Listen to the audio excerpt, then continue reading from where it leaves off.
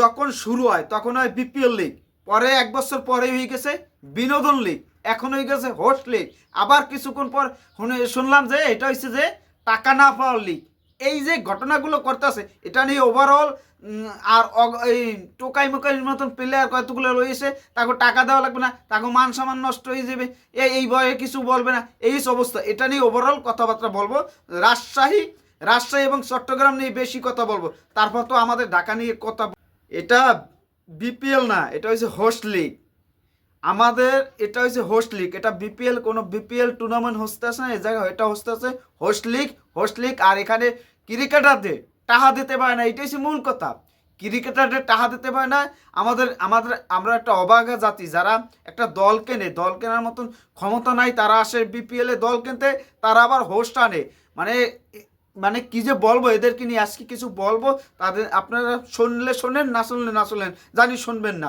Main হচ্ছে কি জানেন, এই যে বিপিএলে আফ্রিদির মতন, শহীদ আফ্রিদির মতন প্লেয়ারদের টাকা দেয় না। তারপর এই যে রাজশাহী টিমটা, তারা বাসে যে আসবে, সেই বাসের লোককে ভাড়া নাই, বাসের লোককে ভাড়া নাই, ক্রিকেটার আসে হেঁটে। তাসকিনের মতন প্লেয়ার যে বাংলাদেশকে এখন লিড দেয়, তার নাম প্লেয়ার চলে আসে হেঁটে হেঁটে। মানে এইটা দুঃখজনক। এই মালিকরা আবার সে হোটেলে যে থাকবে সেই জায়গায় সেই টাকা দিতে পারে না, সেই জায়গায় টাকা দিতে পারে না, তারে আটকাই রাখছে, তারে এখন তো ছাড়ে নাই। মানে তারে এখন তো ছাড়ে নাই। বাংলাদেশ প্রিমিয়ার লিগ এটা কি বিনোদন লোক প্রিমিয়ার লিগ, মানে এটা আগে বলতো বিপিএল বলতো, তারপর হচ্ছে বিনোদন লিগ, এখন হচ্ছে হোস্ট লিগ। এখন টাকা, এখন হবে টাকা না দেওয়ার লিগ, এখন হচ্ছে টাকা না দেওয়ার লিগ। এই যে এইগুলো যে হইতে আছে, যে বাংলাদেশে বাংলাদেশের যে মানুষের কাছে, বহির্বিশ্বের কাছে কিভাবে আমাদের প্রেজেন্টেশন করতে আছে, এইটা আমাদের সত্যিতে আমাদের কষ্টকর, দুঃখজনক। এই দুঃখ আমরা কোথায় রাখবো সেটা ভাষায় প্রকাশ করার মতন অবস্থানে আমরা নাই। আমরা রাজশাহী টিমে এই প্লেয়ার বাইরেই যায়, এই অধিনায়ক তো ছেড়ে দেয় 1 ঘন্টা আগে, এই ইয়ে করে, এই অমুক করে।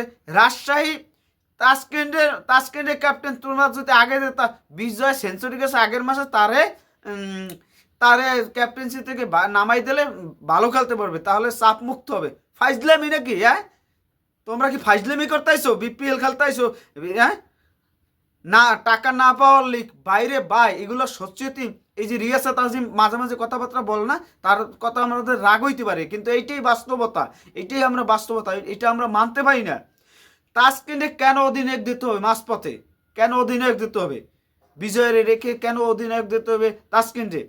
সেটা আবার যদি দেয়ও, ঠিক আছে দেয়, তারপর যদি এই যে ভুংবাং কথা কয়, ঘুম পাড়ানো মাসির গান কথাবার্তা বলতে আছে যে তাসকিন অধিনায়ক দেশে, অধিনায়ক দিছি, সাব কমান্ড, এটা অন্য মাসে বুঝতে পারে, আমরা বুঝি না। না, আমরা ক্রিকেট বুঝি না, আমরা ক্রিকেট সম্পর্কে কিছুই জানি না। আপনারা জানেন, পণ্ডিত আপনারা, একজন পণ্ডিত।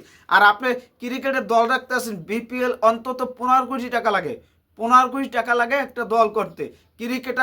ক্রিকেটার আনতে আর নিলামে যে কয়টা লাগে তার চেয়ে ডাবল লাগে, আরও খরচ লাগে খালি আনতে প্লেয়ার আর খাওয়া দাওয়া থাকা ঠকা, এই মিলে ওভারঅল যদি 8 কোটি টাকা খরচ হয়, 16 কোটি টাকা খরচ হয়ে যায় মোট ইন টোটাল। ইফিলুফলে প্লেনে আনবে প্লেয়ার, এই প্লেনে যাইবে, এসে থাকবে, মানে এই সমস্ত বিষয় অনেক কিছু আছে। আর আপনারা এইগুলো মাথায় না রেখে, হ্যাঁ বিপিএল এর দল পাইছি, বল কিনকে দৌড়িতে দৌড়িতে চলে আসেন। আপনারা দৌড়িতে দৌড়িতে চলে আসেন যে আমি বিপিএল এর দল কিনবো, আমার কোম্পানির একটা নাম হইবে। এইটাই তো এই রাজশাহী বলেন, রাজশাহীর কথা বারবার বলতেছি। তারপর আমরা বলবো এই সে তাই চট্টগ্রাম, শহীদ আফ্রিদির মতন একজন প্লেয়ার আসছে পাকিস্তান থেকে, তার সম্মানটা কি আমরা রাখছি? সে আমাদের কথায় কথায় বলে শহীদ আফ্রিদি যে এটা আমাদের সেকেন্ড বাড়ি, বাংলাদেশের সেকেন্ড বাড়ি। সেই শহীদ আফ্রিদির সাথে যদি এরম আচরণ করা হয়, এরম আচরণ মাঝপথে চলে যায় দেশে, এটা দুঃখজনক। এটা দুঃখজনক যে মাঝপথে চলে যায় মেন্টর আমাদের শহীদ আফ্রিদি। আর জানি না ওই যে ইয়াশা সাগরের টাকা মনে হয় দেশে না না তা জানি না। ইয়াশা সাগর তো এখন তো কিছু কয় নাই, দেখা যাক, সেটাও শুনবো যে তারাও টাকা দেয় নাই। আমার মনে হয় এটাও আস্তে আছে, এটাও আস্তে আছে।